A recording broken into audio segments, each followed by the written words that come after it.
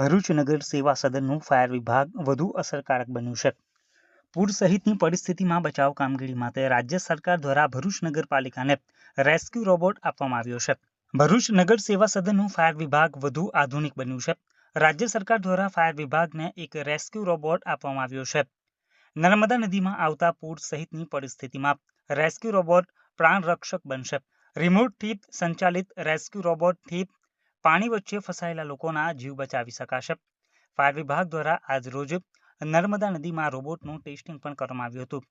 રાજ્ય સરકારની state fire prevention society દ્વારા આ ખાસ પ્રકારનો રેસ્ક્યુ રોબોટ ભરૂચ નગરપાલિકાને આપવામાં આવ્યો છે.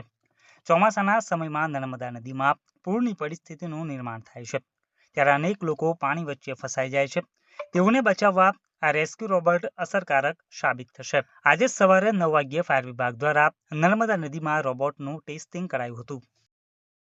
ગુજરાત રાજ્ય તરફથી સ્ટેટ ફાયર પ્રિવેન્શન તરફથી આજ રોજ ભરૂચ નગરપાલિકા ફાયર બ્રિગેડને એક રેસ્ક્યુ રોબોટની સોંપણી કરવામાં આવી છે, જેનો મુખ્ય હેતુ એ છે કે ભરૂચ નર્મદા નદીનો ખૂબ જ મોટો વિસ્તાર છે, જેમાં અવારનવાર ડૂબવાના બનાવ તેમજ સુસાઇડના પણ ઘણા બધા પ્રશ્નો બને છે.